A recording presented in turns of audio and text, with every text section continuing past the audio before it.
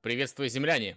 У микрофона Планета, и это новый ролик по игре Watcher of Realms. А в данном ролике мы с вами рассмотрим одного из представителей нового класса тактиков, Мориден. У меня в телеграм-канале было голосование, на кого из тактиков провести тесты первыми, и победил именно он. И если ты, кстати, еще не подписан на мой телеграм-канал, можешь подписываться, ссылка на него в описании, и принимай участие в будущих голосованиях на новых героев для теста. Но что касается Моридена, рассмотрим, что это вообще за фрукт, что он умеет делать, куда он зайдет, как его одевать, да и вообще в целом, что из себя представляет данный тактик после небольшой рекламы. Эй ты! Да-да, именно ты! До сих пор не знаешь, как задонатить в игру или пополнить Steam быстро и выгодно? Сегодня это не проблема, ведь есть донатов нет. Подписка на сервисы, изобилие популярных игр, все собрано на одном сайте по самым лучшим ценам. Ты можешь быть уверен в выгоде операции, ведь она дешевле, чем в самой игре. Наш любимый Watcher of Realms не исключение. Больше не нужно передавать свои личные данные, для пополнения достаточно только ваш ID. На сайте расписана подробная инструкция для пополнения вашего аккаунта. А при регистрации по моей ссылке ты получишь купон со скидкой на первую покупку. Ну и первое, с чего хотелось бы начать видос на тестовом сервере, так как я его только получил, это хочу сказать спасибо человеку, который приложил непосредственное усилие, чтобы я этот тест получил. Это Денис, он же Кефир. Кефир, передаю тебе привет. Ребятки, у Кефира есть свой YouTube канал. Подписывайтесь, ссылка на его канал будет в описании. Это будет лучшая поддержка. Ну и лучшее, наверное, выражение спасибо от меня конкретно лично. Дениска, еще раз красавчик, спасибо. Ну, господа, по-моему, это лайк, господа. Лайк! В общем, смотрим, давайте смотреть, что у нас за такой герой этот Мориден, класс тактики. И перво-наперво давайте посмотрим его базовые характеристики, что вообще с ним такое. Это у нас герой, который бьет по одной цели, все тактики умеют перемещаться по карте, и плюс у него здесь усиление союзников. В дальнейшем посмотрим, что же он там им будет усилять. Здоровье у него 28 487. Это говорит нам о том, что он плюс-минус ориентируется вот как бойцы, такие по типу мерзости и прочих, что он стоит в первых рядах. И в принципе может что-то где-то и потанчить какой-то урон. 5402 у него атаки, что не сильно много на самом деле. Но мы потом разберемся, почему так мало атаки. 2700 защиты. 630 сопротивления магии, что является низким показателем. Стоимость 18 единиц. Блокирует 2 цели и время повторного размещения 60 секунд. Интервалка 2,6, скорость атаки тут 100 и все остальное по классике. 150 крит урона, а автовосстановление ярости довольно-таки невысокое. Ну и все остальное тут 10 и 5 восстановление ярости при нанесении ударов и получении урона. Теперь давайте перейдем к ознакомлению с его навыками. Первое, что будем читать, это талант. Смотрим. После размещения активирует глубокий разрез. Это вот он только выставляется и наносит такую большую вот огромную тычку, наносящий 300% урона от пробивания защиты одному врагу в пределах дальности базовой атаки. Если врагов в пределах дальности нет, входит в состояние заряда и получает один заряд эффекта темная инфузия. То есть это уже вторая приписка его. То есть здесь мы видим, что после первого размещения он просто наносит огромный удар, то здесь уже идет объяснение, как ему получать вот эти вот стаки, кружочки вокруг него. Это темная инфузия. Каждая темная инфузия увеличивает базовые характеристики на 10% во время следующего состояния Принц Тьмы и продлевает его на 4 секунды. Эффект может складываться до 5 раз. Состояние Принц Тьмы, сейчас мы еще до него дойдем. При максимальных зарядах эффекта темная инфузия изменяет состояние заряда, восстанавливая герою 10% ярости в секунду.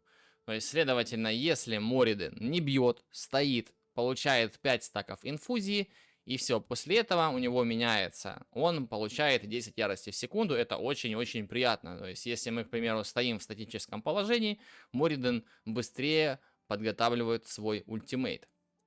Окей, разобрались. Базовая атака.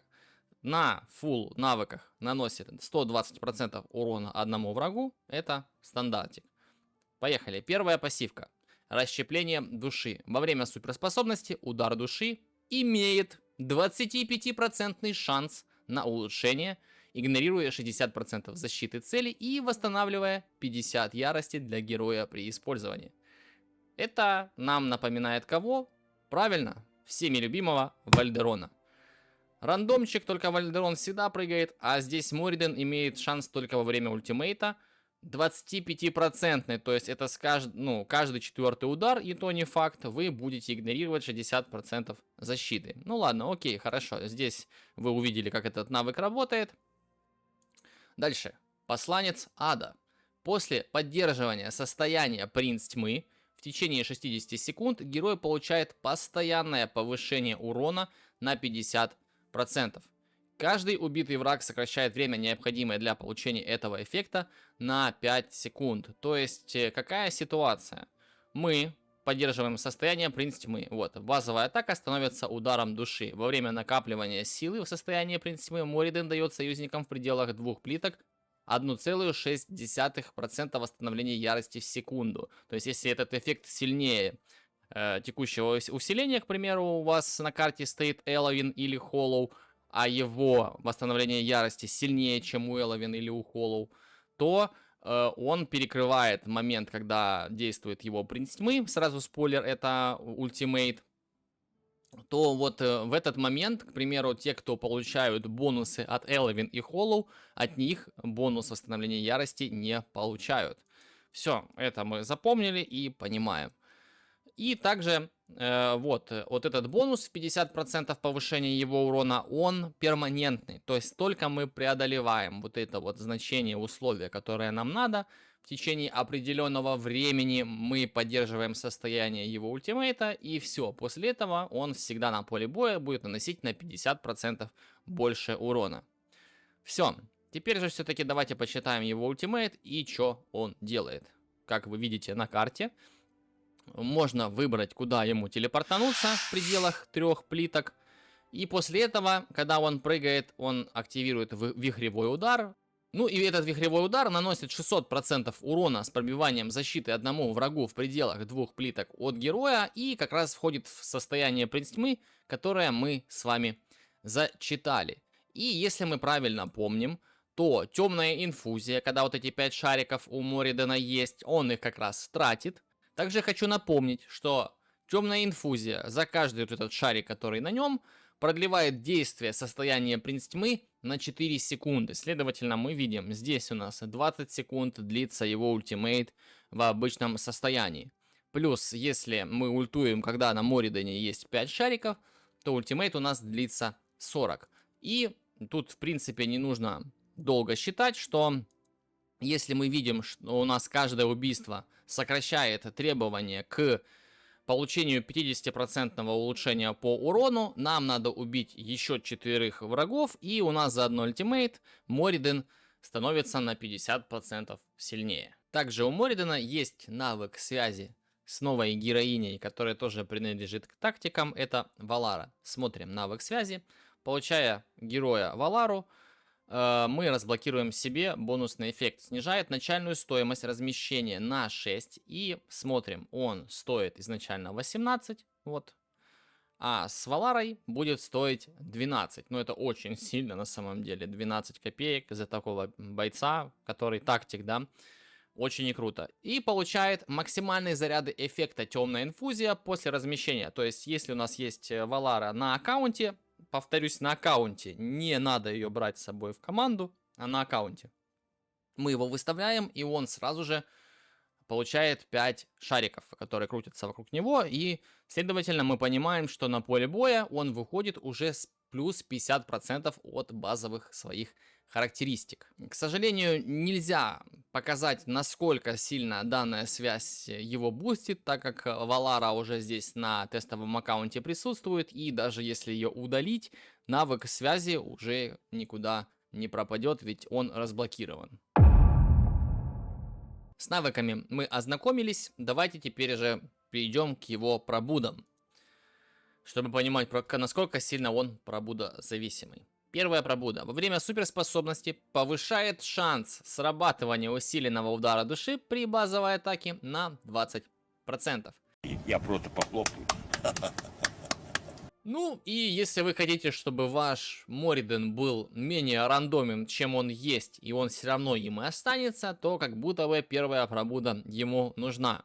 Но, честно сказать, сомнительно, если рассматривать то, что давать этому герою грубый камень пробуждения. Именно один, ну, не знаю. Сейчас вы увидите на ваших экранах разницу между первой и нулевой пробудой в его уроне, и вам, в принципе, все станет понятно. Дальше, давайте смотреть. Вторая пробуда. Плюс 300 атаки. Это стандартно, классически, ничего не изменилось для тактиков, по крайней мере. Третье пробуждение. При срабатывании суперспособности на максимальных зарядах эффекта темная инфузия, это 5 шариков вокруг него, получает дополнительное повышение базовых характеристик на 10%. То есть за 5 шариков получили 50%, на третьей пробуде получаем 60%, ну, плюс 10 дополнительно. Во время действия состояния принц тьмы, это вот, мы помним, что мы здесь регеним яркую еще нашим союзникам, и вот благодаря третьей пробуде я вам сейчас еще одну скажу дополнение по поводу этого навыка. То есть вот эти прибавка 1,6 восстановления ярости в секунду без третьей пробуды работают только когда Мориден накапливает стаки вот эти, когда ему надо поддерживать ульту 60 секунд, вы помните. Вот именно в момент поддержания, то есть накапливания этого эффекта, он восстанавливает ярку. Но только он в ультимейте накопит 50% урона к себе, он перестает во время ультимейта заливать ярость своим союзникам. Здесь же третья пробуда говорит о том, что когда он не находится в состоянии заряда, то есть мы уже вышли, мы уже накопили 50% вот этих силы усиления урона, он будет восстанавливать ярость ближайшим союзникам только в половину от обычного значения. То есть если он восстанавливал в принципе тьмы 1,6% восстановления ярости, то на третьей пробуде он не перестает после накопления восстанавливать яркую, а восстанавливает ее на 0,8. Поэтому это надо понимать. И если мы его берем на третью пробуду, заливщики ярости, ну, не сильно нужны тем, кто стоит рядом с ним. Но все равно мы не сможем их не брать, потому что заливщики ярости по совместительству еще и хилы неплохие, такие как Эловин, Холлоу, ну, вы поняли. В общем, четвертое пробуждение. Пробивание плюс 8%. И последняя, пятая пробуда его, после поддержания состояния принц тьмы в течение требуемого периода, а это 60 секунд, если никого не убиваем, и, ну, сколько это получается, 3 ультимейта, если мы не настакиваем 5 шариков в пассивке. Получается, герой получает дополнительно 30% снижения физического урона и снижения магического урона. Как я понял, эта штука работает как пассивный эффект и складывается с эффектами снижение урона от Эйрин, всяких бракиров и прочего. Ну, а перед демонстрацией силы данного персонажа хочется еще выделить такой момент. У Моридена будет его именной артефакт. Вот он выглядит вот так вот. Это называется ночной покров. И на 25-м грейде он повышает урон по одной цели на 30%. И вихревой удар и глубокий разрез, напоминаю, это его удар с таланта и удар с ультимейта. Самый первый накладывает на врагов 20% уязвимости физического урона и уязвимости магического урона на 15 секунд. Следовательно, он сам себе уже будет раскольщик, и это нам поможет дополнительно повысить его урон. Дополнительно артефакты, которые в целом для тактиков мы здесь затрагивать не будем. Я сниму отдельный ролик по каждому, наверное, артефакту. Вернее, наверное, даже не отдельный ролик по каждому, а сравнение всех трех артефактов мифических. Какие кому лучше, так как пока тактиков не сильно много, это будет на самом деле проще? Напиши в комментариях, если поддерживаешь данную инициативу. Ну и теперь немножко тестов практических в таблице, чтобы не показывать кучу хронометража по полчаса. В общем, смотрите, по стандарту, как всегда, тестирую всех героев, прогнал их в домашних сетах, конкретно Моридана прогнал. Так как катаклизма и песни ада у меня на тестовом пока вообще нету, то есть половины сетов надо крафтить через литейную, там через огромную кучу рандома, поэтому со временем дополню в шортс его результаты с катаклизмом и с песней ада. Ну, с песней ада, скорее всего, он будет так себе показывать, потому что, ну, ультит он довольно-таки нечасто, именно по сравнению с тем, сколько длится бонус данного сета. Ну ладно, поехали, в общем, смотрим. Что проверялось? Мориден был без лорда вообще, просто чисто на кошмаре втором поставил его и смотрел изменения его урона от определенных эффектов, которые он получает. А именно, это базовая его атака, которую он просто наносил на протяжении 5 минут, и урон от таланта при выставлении. Мы наносим там 300% урона, да, с игнором защиты. Вот это все мы смотрели. Смотрим. В адском реве. Сейчас давайте покажу вам, как выглядит вообще в целом-то все сеты Моридана, которые я тестил, чтобы, ну, вы понимали разницу в статах. Вот у нас такая вот была магия души, здесь 20 621 атака, 330 крит урона, 427 скорости атаки. Здесь у нас 20 621, видите, у нас тут плюс 148 атаки в реве и плюс 12 крит урона. Следовательно, не прям все так достоверно. Еще и плюс 13 скорости атаки за 5 минут. Там это, ну, около одной лишней тычки может и быть. Дальше. Нескончаемый гнев. Здесь минус 272 атаки, но плюс 44% крит урона. Так как мы потеряли где-то у него 5400 атаки, то здесь мы потеряли около... сколько? 5%. Поэтому, в принципе, это не так уж и много. Поэтому, в общем, переходим обратно к табличке и смотрим. Да, 113 467 урона с базовой атаки он наносил в адском реве. И 278 932 урона он нанес в прыжке при выставлении. Магия души. На фулл стаках он наносит 114 494 урона. И, видите, не сильно большая разница с адским ревом, но там разница в почти 140 атаки. Поэтому магия в равных условиях была бы еще более эффективна. И 267 990 урона с таланта. И здесь никак не получится увеличить этот урон, потому что мы Моридана выставляем. Магия души на этот удар не срабатывает, потому что она просто не настаканная. В этом заключается весь сыр-бород такой вот.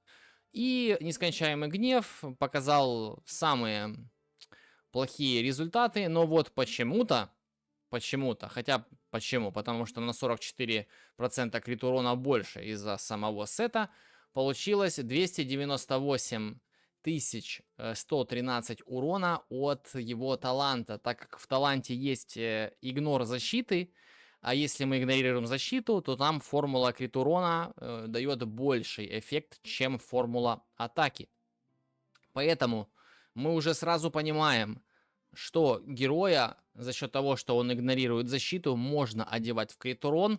Именно не 3 бижутерии на атаку процент в мейн стате, а можно дать 2 на атаку, 1 на крит урон. Но понимаете, в чем самая большая проблема данного героя? Это его рандомный талант на этот игнор защиты с ульты, поэтому здесь, как говорится, у вас может усилиться урон, если дадите одну шмотку на крит урон, но так вот и упасть может, если очень плохо будет срабатывать его пассивный эффект к ультимейту.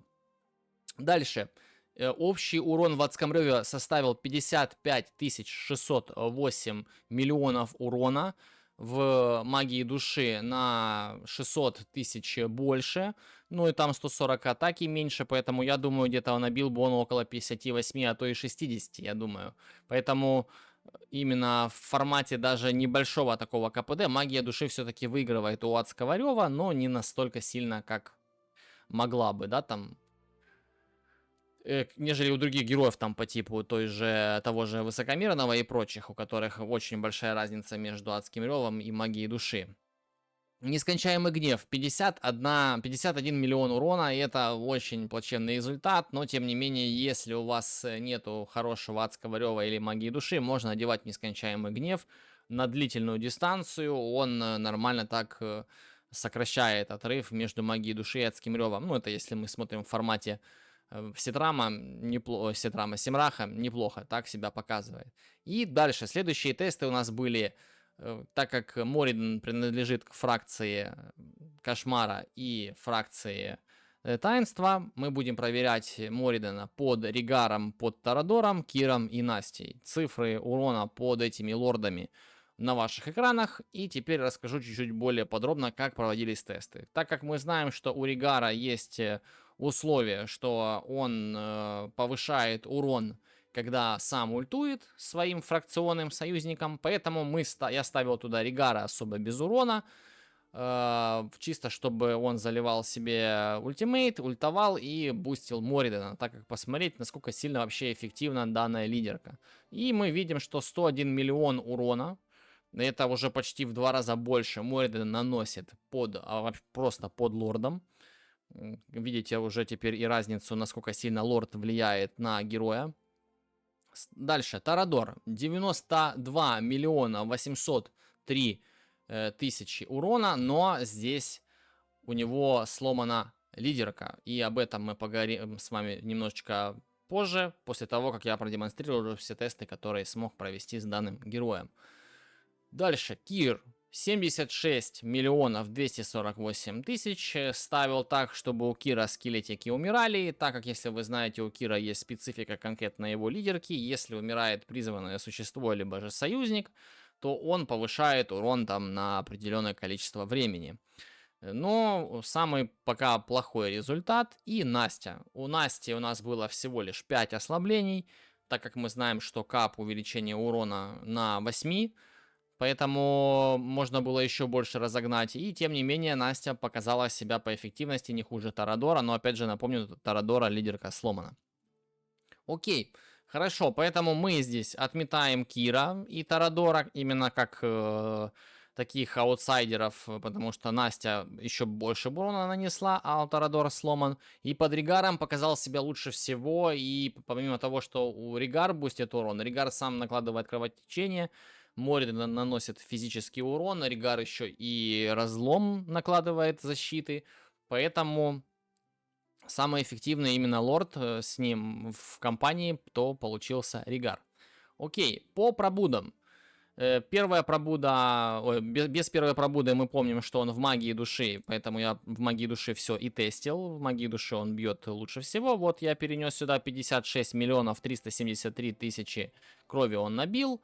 И вот уже с первой пробудой, так как первая пробуда нам повышает шанс на прок игнора, удара с игнором во время ультимейта, он набил 60 миллионов. Так как я уверен, что из-за рандомности может быть урон хуже, а может быть и лучше. И еще раз, вот эти все тесты были без лордов, поэтому этот урон чисто его, чтобы не было там такого, что вот под Торадором у него там еще есть дополнительный шанс ударить еще раз, цифры были бы вообще другие, поэтому мы здесь исключаем максимально рандом, как именно сами можем, потому что я не могу сказать пассивке Моридена работать или не работать, чтобы произвести вот тесты. Дальше.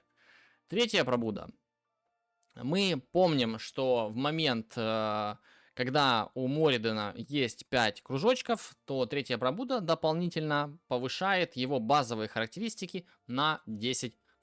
И здесь мы видим, что без третьей пробуды он наносил с таланта 267 990 урона, дав ему третью пробуду.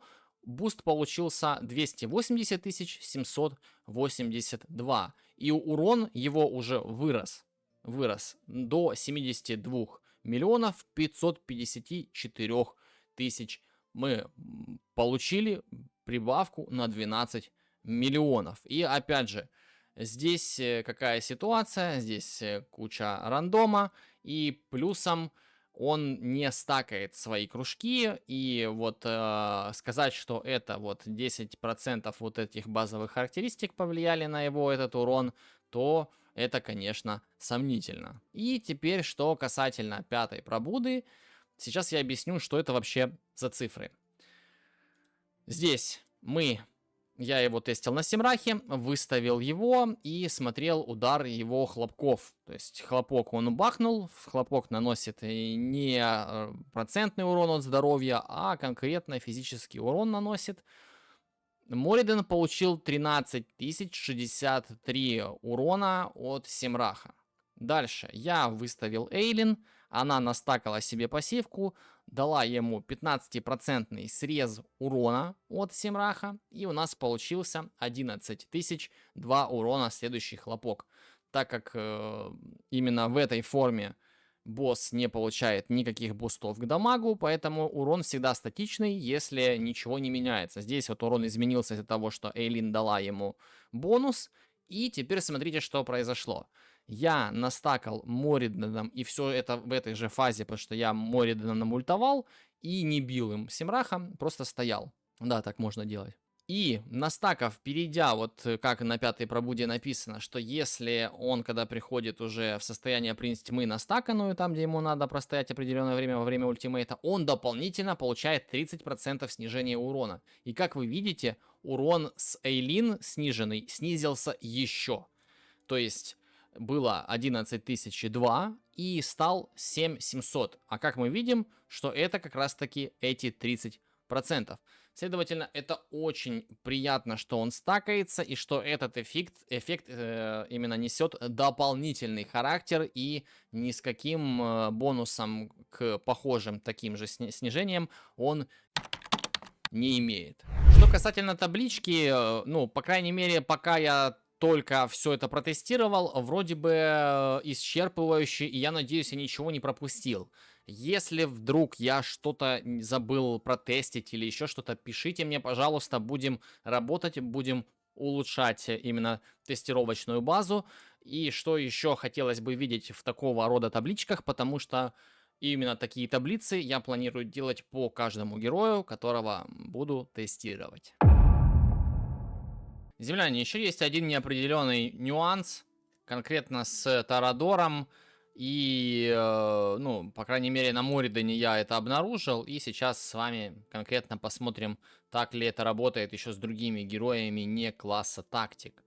У Торадора, как вы знаете, есть описание. Пассивки его именно базовая атака. Представители фракции в команде имеет 30% шанс нанести дополнительный удар. Сейчас мы заходим на клан босса. И посмотрим, что вообще будет происходить. Мы сейчас никого не будем стакать, ни магии души, ничего ультить мы не будем. Смотрим. Оп, выставляем Эйлин и наблюдаем. Сейчас у нас пройдет, даже вот, можно сейчас видеть. Смотрите внимательно. Мориден бьет по 107 тысяч, и когда прокает пассивка Торадора, дополнительный удар, тычка вылетает по 89. Вот 107. Сейчас пройдет разлом, будет урон поменьше. Смотрим, 89 тычка, 89 и 74. Получается, 20% урона куда-то уходит. И причем это всегда так. То есть дополнительная тычка Торадора почему-то имеет какой-то штраф в 20% снижения урона. Я не знаю, я именно на тесте первый раз это увидел. И вроде бы нигде в пассивке Торадора не написано, что дополнительный удар имеет какой-то сниженный коэффициент или ну какой-то штраф. Не знаю, может поправьте меня в комментариях, всегда так было или нет, но мне кажется, так работать не должно. Теперь же давайте проверим на другом герое также работу пассивки Торадора. Если это так работает на каждом герое, то как будто бы надо... Разработчики, внимание, что происходит? Смотрим. 59, 878. Доптычка 59, 878. Смотрите.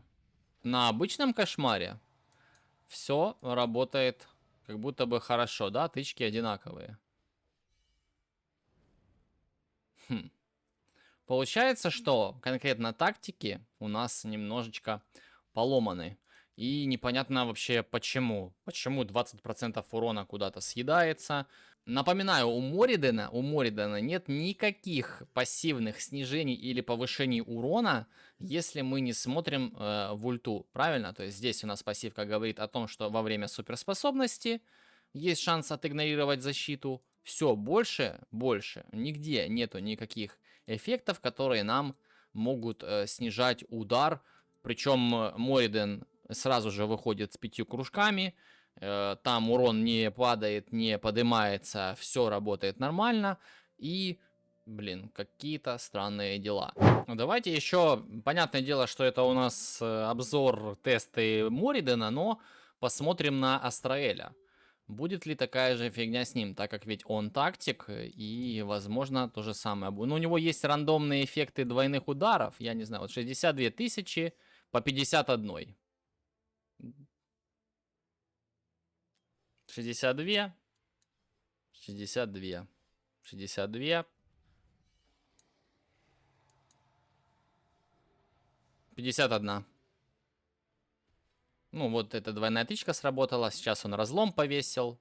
Вот 118, 74, 74, 62. 74, 62, 51.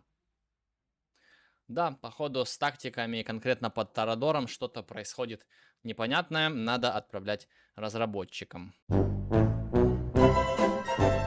Что касается в целом эффективности героя и куда его водить, на первый взгляд бросаются такие локации, и вот с одной я прям вообще прикололся.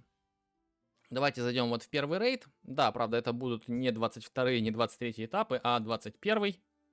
Я именно так и закрыл. Давайте снимем отсюда вам мощь доминирования, зайдем в бой, покажу вам сейчас пачку. Вот такая вот пачка у меня. Здесь я взял Моридена, Борея, Айо, Дяочань, Эйлин, ну и его можно отсюда нафиг убрать, он тут не нужен. В общем, давайте заходим в битву. Эффект доминирования я выключил. Что меня конкретно здесь удивило и понравилось? То, что Мориден бьет босса, и давайте я сейчас покажу, как он это делает. В общем, здесь у нас Борей будет разбираться с чебриками, которые будут выходить вот тут. Дальше сразу же мы ставим Айю, здесь все нормально. Айю зачем тут, я объясню попозже чуть-чуть. Сюда, в этот бок мы ставим Мари. Тоже, ну, я думаю, кто понял, тот понял, зачем она сюда стоит. Ультуем Бореем. Нам желательно, чем быстрее мы убьем вот этих ребят, тем будет лучше. И чем быстрее до захила босса здесь все сдохнут, то еще будет классно. Выставляем Моридена и начинаем наваливать босса. Также ультуем прямо в него. И еще помним одно. Помним то, что босс, то, что Мориден имеет во время ультимейта именно рандомный шанс игнорировать защиту. И именно от этого будет зависеть, насколько быстро мы убьем босса. Нам желательно убить босса, пока он перестанет захиливать. Видите, мы убиваем босса. И теперь смотрите, что можно сделать с Мориденом. Мы берем и ротируем его за ворота, и он живет. Все, босса нет. Айо, в принципе, она не умерла, это хорошо. Выставляем Эловин, я забыл вообще за нее. И просто так теперь проходим без босса. Антихил не нужен, но Борей спокойно справляется, а Мориден чисто наваливает. Ну, дополнительно бьет. Почему бы, как говорится, и нет, да? Все, если хотим там кому-то что-то ярко заливать, но он у нас уже настакался, можем его куда-то переместить сюда, поставить вот так, пусть тут стоит, заполняет ярость. Вот видите, он не бьет, сейчас у него будут накапливаться шарики. Ну, очень прикольно, тактики. По-другому вообще сейчас откроют нам глаза на то, как можно играть в данную игру, так как это уже будут такого своего рода шахматы, коня на Е4, там на G6, куда хотите. И мы можем его просто туда-сюда, где, к примеру, Борей не дотягивается или проседает по урону, мы просто переносим Моридена и делаем красоту. Особенно как будто бы прикольно выглядит для каких-то новичков, у которых там есть барей, вы не можете просто справляться с тоной захила, который босс вам дает. Можно вот таким вот способом отыграть, да, потому что здесь у нас вместо Эловин здесь особо никакой роли вообще не играла. Вместо Диачань можно поставить ту же Долорку, тогда Борея придется просто вниз ставить. Ну, в целом интересная опция. Давайте посмотрим. Там не шибко много, конечно же, Мориден нанес урона, но давайте глянем. Вот 34 миллиона урона он нанес, а у босса там около 20 миллионов, там, да, что-то плюс-минус. Босса он убил в соло. Ну, там Борей, понятное дело, что своими этими, ну, массовой пассивкой своей там что-то ему помогал, но тем не менее можно вот таким вот способом Моридена использовать, и очень даже хорошо это выходит. Ну и финальная активность, на которой хотелось бы сакцентировать им внимание, где бы Мориден был эффективен, это чертоги Малрика. Давайте выберем абсолютно любой. Я именно просто покажу, как он себя там ведет, потому что вот возьмем третий мифический уровень. Это тяжелый, это реально тяжелый чертог. Здесь у нас уже рекомендуемый БС около 1 миллиона, поэтому даже не смотрим, что у нас здесь за аффиксы, а просто переходим и покажу вам, как себя ведет Мориден. Здесь начинаем, стартуем и смотрим. Понятное дело, что у нас есть всякие там орды, кигири, но просто конкретно покажу вам, как работает персонаж и почему он здесь очень хорошо себя чувствует, именно в ряд своих особенностей, пассивок и прочего. Вот подходит моб, мы ждем, пока он наступит на этот квадратик, чтобы он ударился своей пассивки именно Мориден. Все, давайте ультуем, он шарики потратил, мы убиваем здесь 4 цели, и у нас должен будет уже сократиться таймер активации пассивки на плюс 50% урона, получается суммарно на 20 секунд. И ульта у нас длится первые 40 секунд, поэтому первый его вот этот ультимейт, он будет и последним в плане его пассивного эффекта. Дальше здесь мы поставим Торадора, где-то вот так вот, чтобы, ну, объясню зачем. Выставим, чтобы Торадор жил. И теперь смотрите, какая ситуация есть. Если у вас, к примеру, тут надо уже как-то выходить из ситуации, мы берем, нажимаем Моридена, выводим его вот сюда и ставим вот так. Все, во время прыжка он фокусит уже верхнюю линию. И посмотрите, как быстро он справляется с танками. Это танковые, это именно герои-монстры, у которых большая физическая защита. Он ее игнорирует. И вы сами видели, что во время ультимейта он сотворил с бронированными танками. Здесь дальше также будем отыгрывать... Когда у нас будет укомплектованная пачка, прокачанные герои, заточенный шмот, улучшенные артефакты, и тогда уже будут гайды конкретно по чертогам Малрика. Но я думаю, давайте даже выйдем, посмотрим, сколько урона. Ничего страшного, рунки еще будут. Посмотрим, сколько урона за это время успел нанести здесь Мориден. Все, мы здесь получили бонус. Давайте глянем. Вау, вау, класс, спасибо, очень круто. Вот, он успел нанести за одну фазу 14 миллионов урона. И на самом деле я вам скажу, что за весь бой он там способен нанести сотни миллионов урона. Я проверял его на разных аффиксах. Мне именно важно было посмотреть, как он себя там ведет. Он убивает, он также идет на перекур, настакивает себе свои вот эти шарики. Потом снова с увеличенными характеристиками базовыми начинает разваливать. И как будто бы это один из тех контентов, который создан специально для него, либо же он создан специально для этого контента. Так как сравнивать его с кем-то тоже было бы очень прикольно и информативно в его эффективности и отдавание приоритету какой-то другой лимитке, условно там, тому же Суню Кону и Кигири, с которым было бы реально интересно сравнить.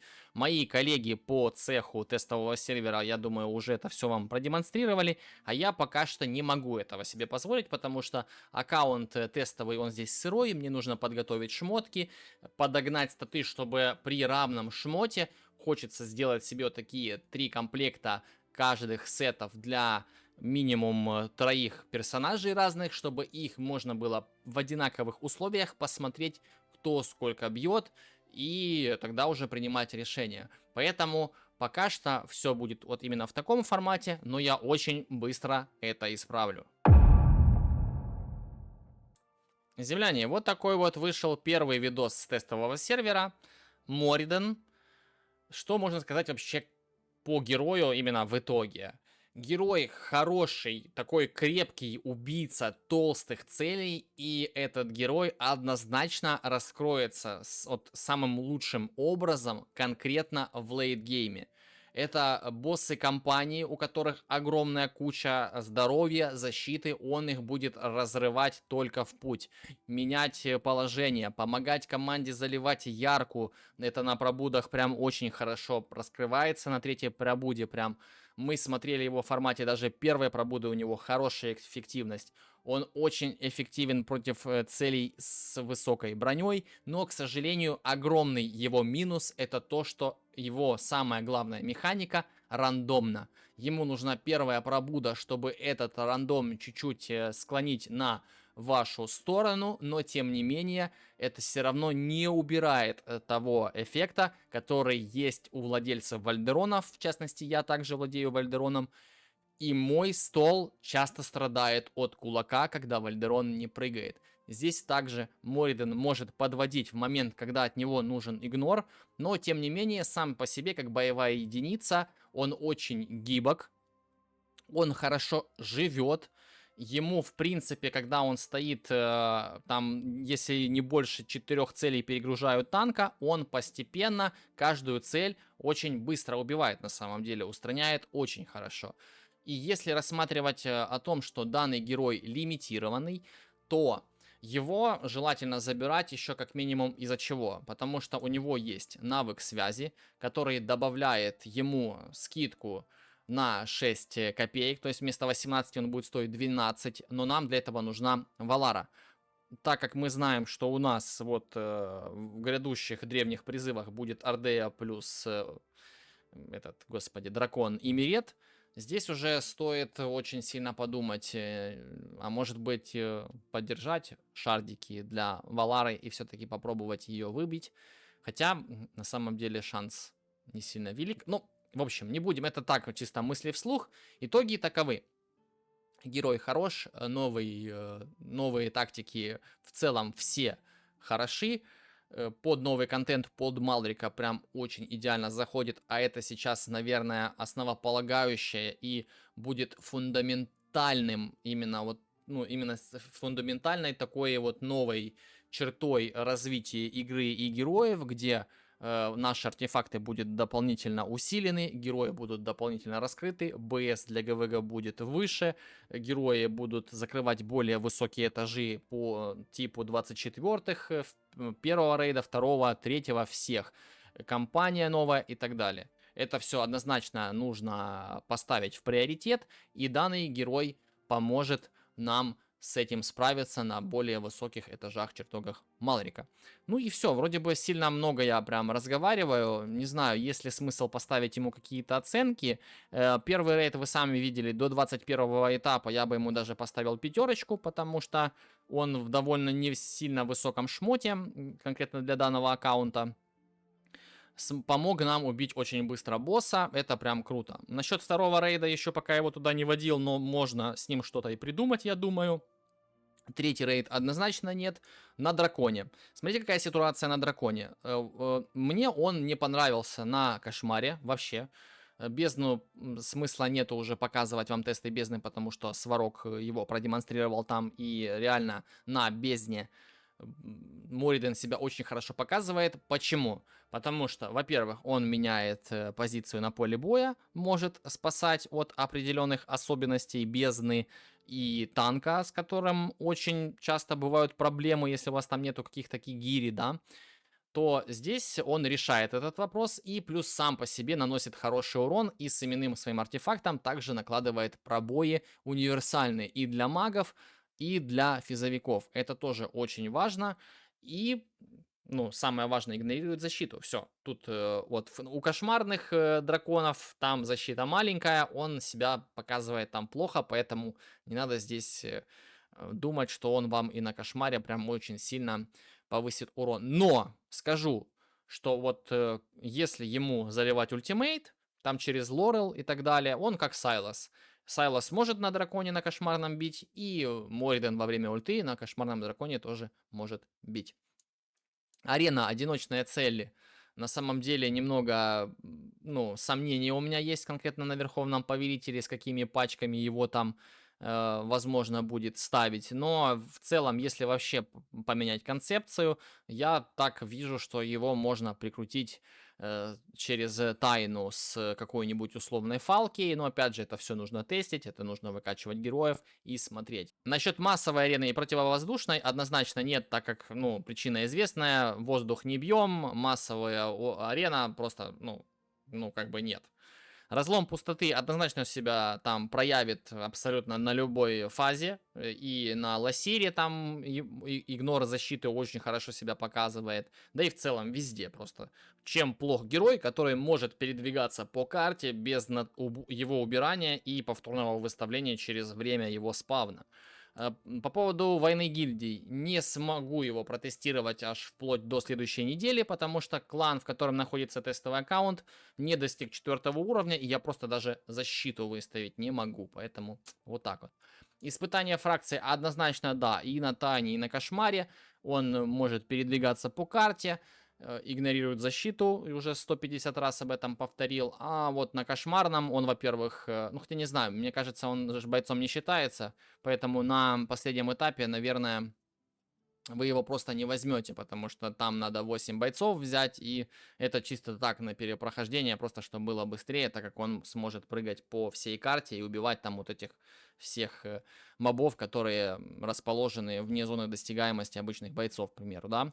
По поводу прилива, по БСу гонится слабо, мне не понравилось, слабее многих героев, которые уже есть в игре, поэтому здесь особо его под БС и на прилив, и на ГВГ даже можете не рассматривать. Рейд для материалов и артефактов, если вы новичок, то до 18 этапа, я думаю, он очень бодро будет ковырять лицо боссу, а вот выше там, какие у нас этажи, 19 и 21, да, получается, для милишников, то там, ну, не знаю, разве что, чтобы сверху убивал вот этих мобов, которые со слиянием, которые очень больно бьют, да, а потом его перекинуть, и чтобы он помог добить босса. Здесь разве что в таком ключе, да, можно, я думаю, его использовать. Рейд для опыта, рейд для золота. Ладно, так, кодекс бессмертных. Здесь я его на самом деле нигде не вижу, но пришла в голову одна мысль по поводу того, что он относится к фракции таинства, и вот конкретно на Борее с помощью него можно убивать купол, вот эту сферу ледяную, и уже ядовики под бустами на дот-эффекты будут набивать тонны урона для очков. А так, в принципе, больше ни на каком кодексе я его, честно говоря, особо не вижу. Подземелье снаряжения 1. Однозначно нет, там играют маги. А вот подземелье снаряжения 2. У меня есть парочка идей интересных. Надо будет это все потестировать. Но на этом аккаунте еще ни единого уровня подземок не пройдено. Поэтому еще до этого надо дойти. Но идея в чем заключается? Он у нас перепрыгивает по плиткам. И здесь можно Мориденом играться. Так как у нас меняются цели. Волки меняются сверху физическая, магическая. Мы выбираем какого-то мага, который может держать 2 линии сразу, да. И вот момент, когда идет магическая волка, мы Мориденом прыгаем вниз, помогаем ребятам, которые у нас там находятся снизу, убивать мобов, которые идут, вот этих ребят, которые раздваиваются.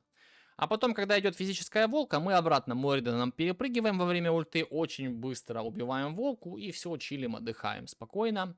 И ждем, когда накопится ульт, и обратно убегаем до магической волки. И все, спокойно. И Гарпию поможет убить там. Ну, я думаю, однозначно опционал у него на вторую подземку есть. Надо чисто только подумать. По поводу руин титанов, стопудово да. Особенно на второго Симраха он себя там, ну, прям максимально проявит, потому что первый Симрах там статы слабенькие, нечего игнорировать. И помимо Моридена огромная куча героев и так справляются. Да, и со вторым Симрахом многие справляются герои. Но если вы там на начальном этапе, то герой вам однозначно зайдет. Ну еще, надеюсь, вы не утомились, так как все, тест с Мориденом заканчивается. Пишите в комментариях, как вам.